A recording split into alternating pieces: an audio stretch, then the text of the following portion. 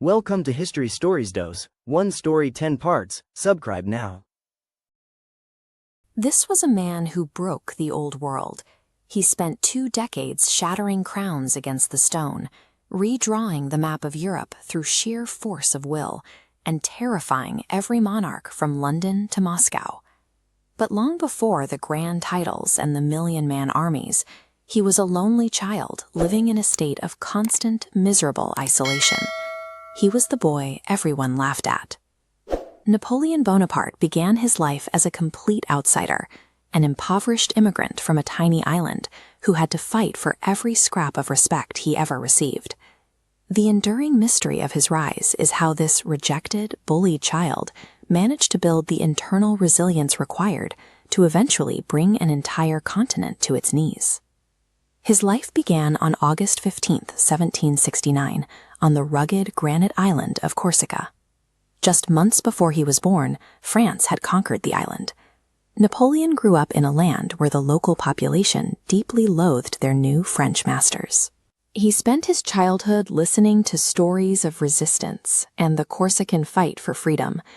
These tales of defiant survival under pressure became his first understanding of how power actually worked.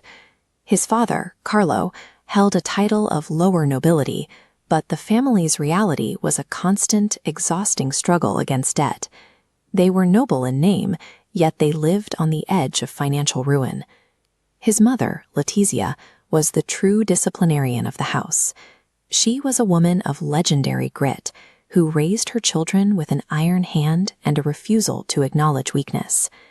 Letizia's influence left her son with a grim realization. The world offered no favors to the soft, and only those who refused to break under pressure would ever find a way to succeed. At the age of 9, Napoleon was sent away from his family to attend a military school in mainland France. He was a child dropped into a foreign culture. He had no friends, no connections, and no understanding of the world he was now forced to navigate. His heavy Corsican accent made him an immediate target. The other students constantly mimicked his speech, turning every word he spoke into a punchline. His classmates were the sons of wealthy French aristocrats. They looked at his worn clothes and his family's lack of money with open contempt. Being labeled as poor and strange by everyone around him left deep psychological scars. He was the perpetual outsider, never allowed to forget he didn't belong. This total social rejection forced him to stop seeking the approval of his peers. He replaced the need for friendship with a solitary, focused ambition that his classmates couldn't understand. Napoleon withdrew into a private world of books, pouring his energy into the one area where his tormentors couldn't reach him, his education. While other boys played, he spent his hours dissecting the logic of ancient warfare and the mechanics of large-scale conquest.